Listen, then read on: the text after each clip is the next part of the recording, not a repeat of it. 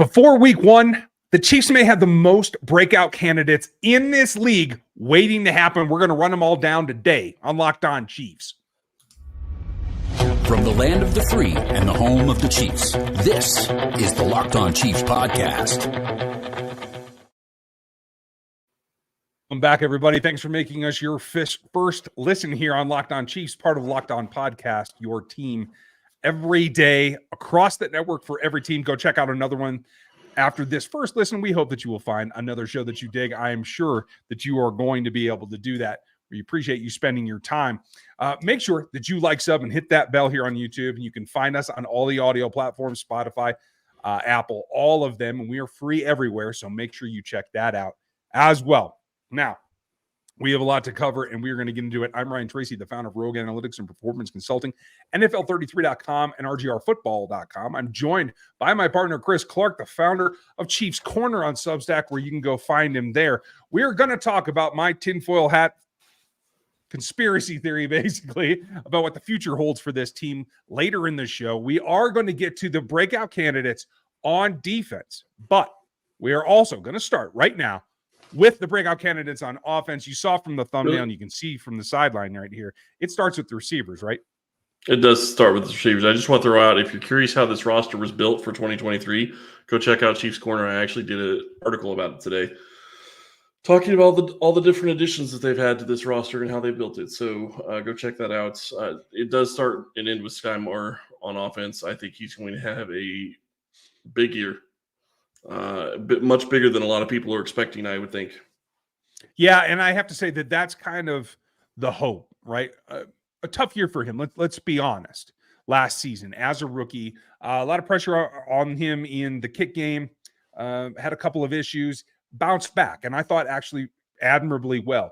Continued to build through. Didn't have like the most stats-filled season, but he came through when it mattered. He had a nice postseason run, culminating in a touchdown in the Super Bowl. It doesn't get much better than that. Well, and a huge punt return too. Don't forget that. So absolutely. He came up big when it mattered. That's what really mattered for Kansas City. Who cares? I won't say who cares about the regular season. To a degree, Kansas City kind of feels that way in a lot of ways. It's all about playing for the Super Bowl, and doesn't really matter how you get there as long as you get there. Yeah, and that's absolutely right. And I think what I take away from that is, yes, he's had an offseason. He's been training with Mahomes. We've seen him on his YouTube channel. Folks, for those of you who don't know us yet, make sure you like, sub, and hit this bell here because we're here every day for you. The Locos know that. Those are our official supporters who listen every day or watch every day, depending on your platform. Seeing Sky Moore on YouTube as well, like it's good to see a documentary about how he goes about his life and all that. But the key point is that he was hungry this offseason. And I see that in some of that footage. And knowing that he like kind of hit that crescendo right at the end of the season, that tells me he's ready for a leap right now. He's healthy. He's moving well. They didn't play him a whole ton in the preseason. So all things point to me is that Sky truly is the limit. And he's the guy to watch first and foremost. Who's the next guy? I think it's going to be interesting. And I say that because you look at certain players on this team, and one of the things that Veach talked about was that you have guys that are going to do certain things at the wide receiver position. So I wonder if that really means that they're going to build out, certain plays for those receivers that are a little bit down further on the list. Justin Ross, perhaps. Is he going to possibly have more TDs than a guy like Sky Moore? And Sky Moore might have 3 or 4 times the yardage because they use Justin Ross in the red zone and use him close to the goal line to help with jump balls. Is that possible? It certainly is. And I'd like to see them build on that fade in the last preseason game into the corner because that's exactly what it is. We all know that moving the ball between the 20s has not been a problem for this offense. Every now and then it gets bogged down inside the red zone, though. And I think that's the recipe for the correction in the passing game. We know that they struggle on short yardage and red zone in the run, but I really like the fact that most of the league has kind of discounted Justin Ross. I certainly needed it to be proven that he could make this roster in the first place. But now that he's there, I think that he is maybe a guy that after a year in rehab, a year learning the playbook, a year understanding how the league runs and works and what he has to watch for. He's had this ramp up all through preseason that now I think he actually could be, despite having not been in a regular season game yet, a guy that is also a breakout candidate to really contribute. And I like that you went with the touchdown aspect. Well, and I think he can contribute. I want to be careful how much I think he's going to get yardage. And I'm not saying he can't, but if they're going to use package plays like they did with Sky Moore, it's going to be limited. So you're not going to expect him to be getting 700-800 yards. And I will say this. I'm not saying Justin Ross isn't capable of getting 700 or 800 yards, even make, over 1,000 yards in the future. I don't think he's there yet with the Chiefs. I think that he needs to get to a point where he knows a couple more of the wide receiver positions, and he needs to be comfortable in the offense. And I think that's really what Veach was saying, is that he's not quite there yet. That's okay. They can use him for what he is ready for right now. I have one more guy I think is actually kind of a cheat, because I don't know if you would call last year for Isaiah Pacheco a breakout year. I think it was a little bit back and forth and the whole thing with the balance of who's the running back one, et cetera, et cetera. This year feels like Andy's going to know that he has to run a little bit more. I think he has a guy that he has faith in, at least on early downs. It feels like all the protection they gave him in the preseason, that he is a breakout candidate in the team's eyes, and I certainly agree. Well, and it's really going to be hard for a lot of people to say that this guy is going to be a breakout guy, but I almost wonder if a guy like Jawan Taylor is going to be a breakout guy. I think he was a good tackle in Jacksonville, but I think he could become a superstar in Kansas City.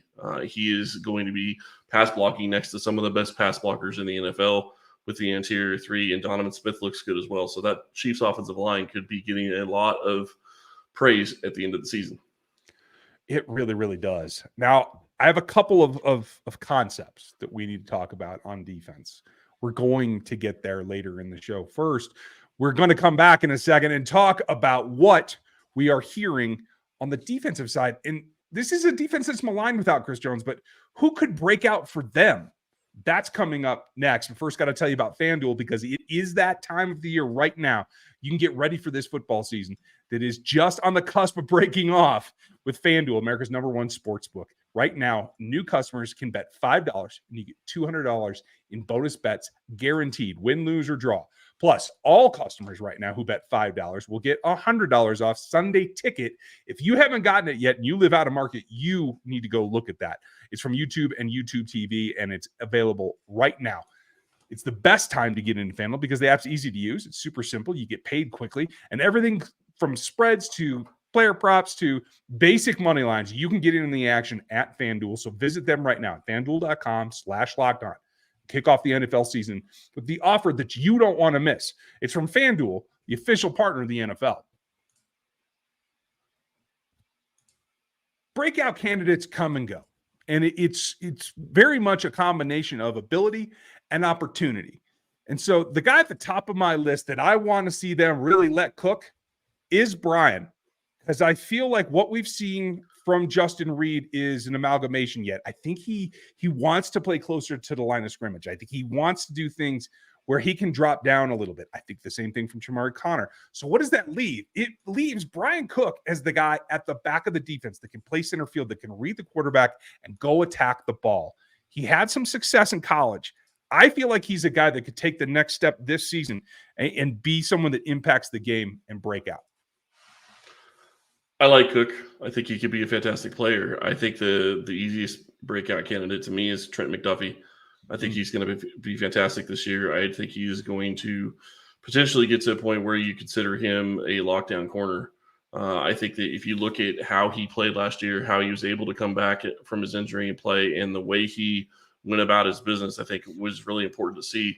I think he has the ability to be a breakout candidate this year. And I'm going to throw another one out there really quick before I throw it back to you. I think George Karlaftis has a chance too. And it's going to be very dependent on a guy like Chris Jones and whether or not they can get pressure, because if George is going to be double teamed every time, it's going to be a lot harder. But he started getting to the quarterback late last year. He's been working hard all off season. He was working with Tom Bahali. That could really pay dividends for Kansas City if they can get interior pass rush and get a little bit of help for George getting after the QB.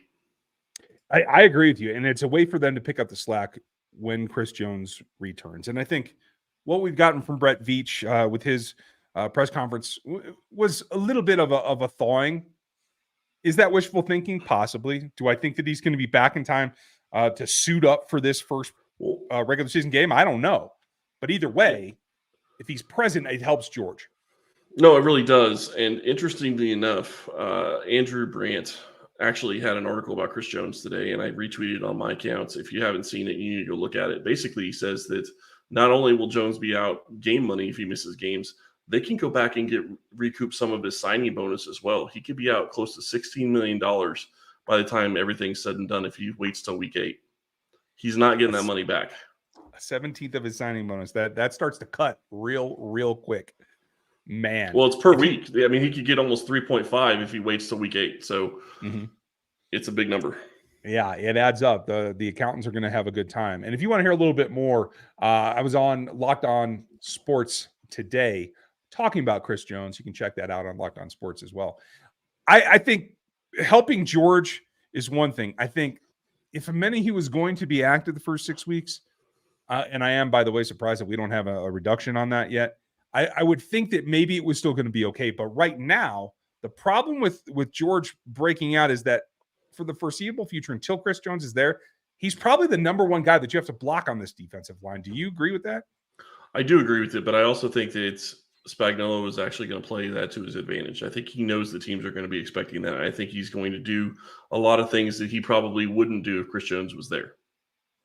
Okay. I like that plan. Now, as far as the second level, everyone knows how I feel about Willie. Willie's an extreme athlete, hasn't quite put it all together. Do I expect it to be an all-star year for him? I'm probably scratching at the surface there. I'm not quite there. But the acquisition of Drew Tranquill, I think in this defense and his usage, he might actually be more of a breakout than he has been in years past, even though he's been a solid player for a while. In tooling this defense around what he can bring in the sub packages in particular that we know that they're going to be in, I think it might be a case where he actually ups his variability. Is he going to be an all-pro? No, but he might have his best year in a uniform so far. He may, and that's going to be very interesting to watch how they use Tranquill, how they use Willie Gay, how they use Nick Bolton, how they use Leo Chanel, how they mix in all those different guys and get them on the field and see what they do with their linebackers. I'm really curious about that. What it really comes down to me for the second level, though, is it depends on what you're talking about breakout-wise. Kansas City has felt like Nick Bolton is one of the stars in the NFL, but it doesn't really seem like the NFL really thinks that. I think he puts his name out there and starts getting some more, I don't know, promise or somebody really saying something about him this year because, yeah, respect is a good way to put it because he deserves it. He played fantastic last year, and really part of it also could be looked at as you have Willie Gay who did well at times but also struggled at times. And if you have a situation where Chanel can come in and help you, maybe that actually helps Nick Bolton as well. Yeah, it's a possibility. And I think all this goes into who can help out the back of the defense the most. We talked about Cook earlier. We talked about McDuffie. Two very good candidates. Is there a surprise guy that you think might have a shot at it, given that we've seen so much churn at the cornerback spot in particular, and a lot of concept there about who could be playing for this team? It's going to be tough. I mean, you start looking at L'Jarius Sneed, who we don't know if he's going to be available week 1. We've already talked about Trent McDuffie. Those are going to be your two starters. Then you start getting into, Jalen Watson and Joshua Williams, and who's going to be the guy that's coming on third when that comes on. And then, does Nick Jones play in this defense? Is he able to give them something different at the interior and be a nickel back that is going to put Sneed back on the outside and maybe make this defense even better if Sneed can stay healthy enough to play outside?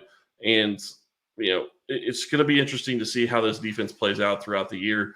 One thing I was looking on YouTube the other day, comments about the safe or the corner group not being that good because they allowed the most touchdowns in the NFL last year.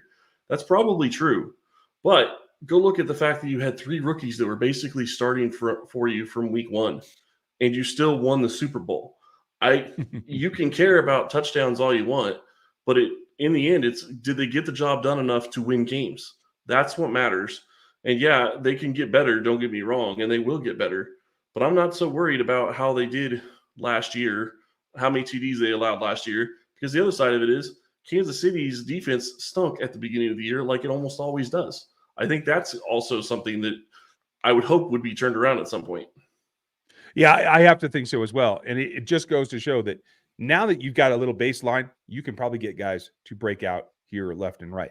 The defense needs to take a shift. And I do think that there are some possibilities that we may see that lead towards the future as well. And that's where the tinfoil comes in. I want to talk about what we could be flying under the radar, not really noticing right now that we're going to take bits and pieces from.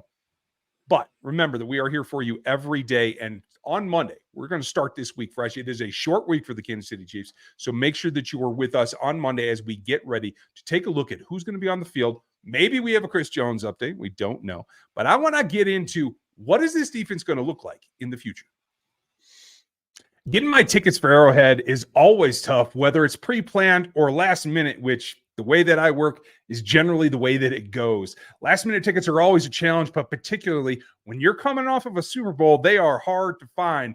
But we have an answer for you. It's flash deals. It's last minute options. It's easy to buy tickets anywhere that you want within the stadium as long as they're available. It's Gametime, and it is the place to get last minute ticket deals anytime you need to. Forget the planning months in advance. Or if you just didn't think of it ahead of time and you have a last minute opportunity, go ahead and grab it. Get the deals on the tickets that you need the day of the event even. They're flash deals for tickets on not just football, but all kinds of events, including music and other sports, the whole 9 yards. The guarantee means that you're always going to get the best price, no matter what. If you find tickets in the same section, in the same row for less, Gametime will give you a credit of up to 110% of the difference. Get those images before you buy the seats so you know where you're going. You know what it looks like. You can get them in a matter of seconds. So check out Gametime. Just download the Gametime app right now, create an account, and use that code LOCKEDONNFL. Get $20 off of your first purchase. Terms apply. And again, go to Gametime, the app, get the account, and use that code LOCKEDONNFL for $20 off. Right now, today. Last minute tickets, the lowest prices guaranteed. All right. Let's have a real conversation about what is going on here. Here we go. Easy. It's too easy. I got to put these things together because this is the stuff that I think about. Athleticism is the basis of all movement on this field, and they've made a concerted effort. Brett Veach repeated it yesterday about trying to get as athletic as possible and guys that fit their mold. I'm starting to think their mold is changing. I think a couple of things in particular. They talked about having a sizable defensive tackle on board that they had to go get from the Las Vegas Raiders of all people. But it was about his size. It wasn't about his quickness. It wasn't about his pass rush. It wasn't about a penetrating first step. It was about his size and his ability to hold on to blocks. And I think that is starting to talk to me a little bit more. I also feel like there are a couple of guys on the outer perimeters of the second side of the defense, second level of the defense, that are starting to make me think that we could see a shift after this season. Maybe because of the Chris Jones situation, we might even see a glimpse of it early, because I think Joe Cullen's influence is becoming more and more profound. I think there's a possibility this team could be looking at switching to a 3-4 base defense next season, given the players that they're keeping, including B.J. Thompson, obviously Tranquil, where you want 2 inside linebackers, and Chiefs have 2 that have 100-plus tackles last season. I think a couple of those things are starting to line up, and my head's getting hot underneath this tinfoil. I wonder if they don't shift to it at times this season. And I say that because you're sitting here in a situation, if you don't have your best player, which is your defensive tackle, he doesn't really fit a 3-4. He can play in a 3-4, but he doesn't really fit a 3-4 near as well as some of the players you have right now. You already have 2 middle linebackers. You could easily put Leo on the outside. And the big question is who you're going to put the other outside linebacker. I think Willie would be okay there. So you could probably run your 4 linebackers right now. The question is, can you run 3-4 with your defensive ends and your defensive tackles? If you have a guy like Noddy, you have a guy like Farrell that can run that one tech and be that nose tackle, I think you're fine there. The question is do you have the defensive ends to hold up? I think you could pull it off. I don't expect it on a regular basis, but I wonder if they do shift to it from time to time, especially just to throw offenses off, because you're sitting here looking at a situation where you might not have your best player for 8 weeks. Yeah, I mean, that's significant. And especially now with a Menahu that I think can do a number of different things. Karlaftis, who can do a number of different things. Mike Dana can play inside and outside. All these guys that they've stacked up behind Chris Jones, or in this case, next to Chris Jones, They can play outside as edges. They can play inside as tackles. It's a little bit different when you're trying to take on heads up on an offensive tackle. It shifts a little bit, but in pass downs, you're going to try to take one of those shoulders and get an edge anyway. I feel like it's doable. And I think the aggression that Joe Cullen brings, what we've seen in the progression of the defensive line units as a whole, leads me to think that if you can get the second level figured out, that you might have a shot at doing this, whether it's next season or, like you said, right now. Well, and this actually is what I was about to say, Joshua. So you kind of read my mind there. Turk and Herring fit that mold as well. Turk, he hasn't really done it as much, but Herring definitely fits that role. I think you have guys that could run that and be okay at it. And it's going to change how you're playing defense at times, obviously. But I do think that they have the defensive cast to be able to pull it off if they wanted to.